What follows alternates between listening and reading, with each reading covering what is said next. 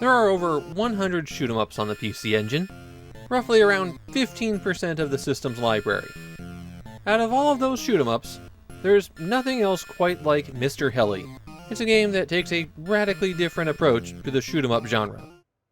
Mr. Heli no Daibouken started out as an arcade game. It was released in the US as Battle Chopper, though I've never seen a Battle Chopper machine myself. It doesn't seem to have been an especially popular IRM arcade game. It's mainly remembered for a dynamic difficulty system, which increased the aggressiveness of the enemies if you were doing especially well. The PC Engine version was a pretty faithful port, though they did add a difficulty selection, with the default being normal mode, and that reduced the damage that you took compared to the arcade version.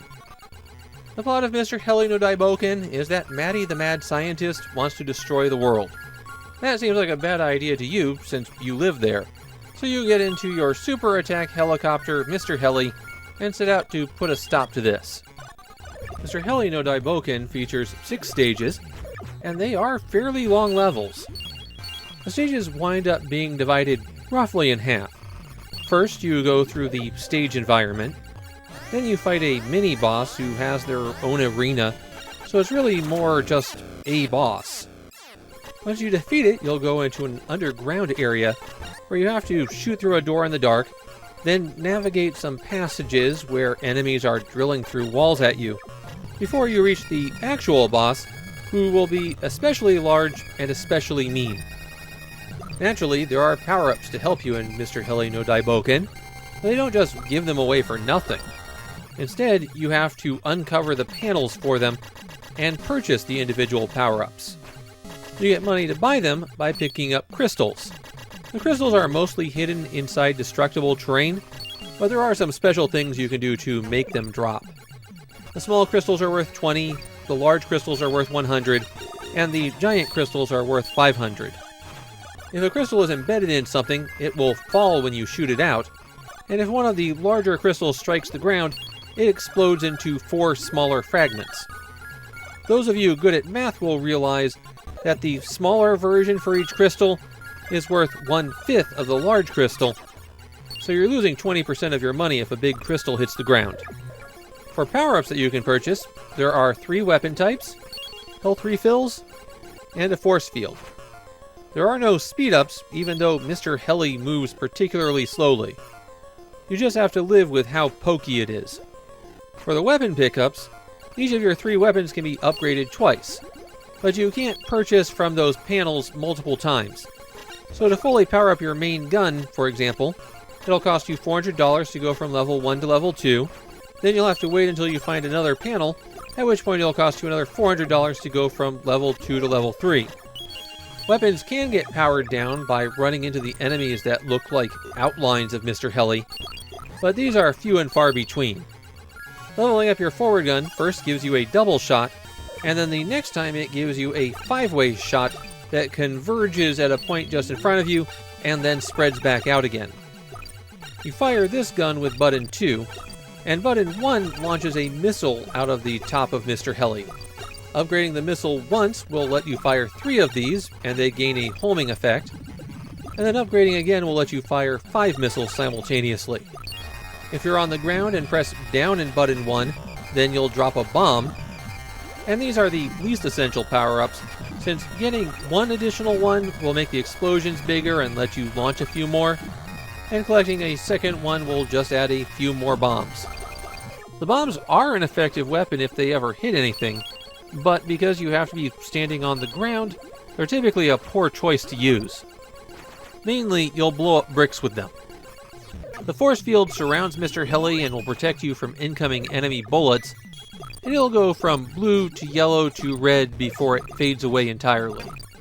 Finally, for the health recoveries, the one that shows 1 can of gas will restore a small amount of fuel, while the panel with 2 cans of gas will fully restore your health bar. Mr. Heli no Daibouken has several unusual features for a shoot-'em-up. The first and most obvious is the ratchet scrolling.